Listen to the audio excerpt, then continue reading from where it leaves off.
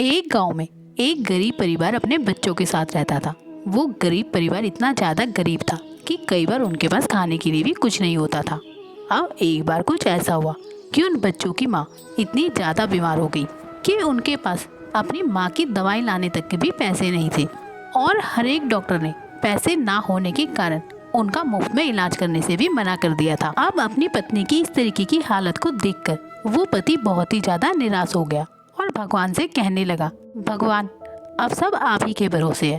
अब अपने पिताजी की ये सब बातें साथ में खड़ा हुआ एक छोटा बच्चा भी सुन रहा था और उनकी बातें सुनकर वो छोटा बच्चा अपनी गुल्लक तोड़कर डॉक्टर के पास गया।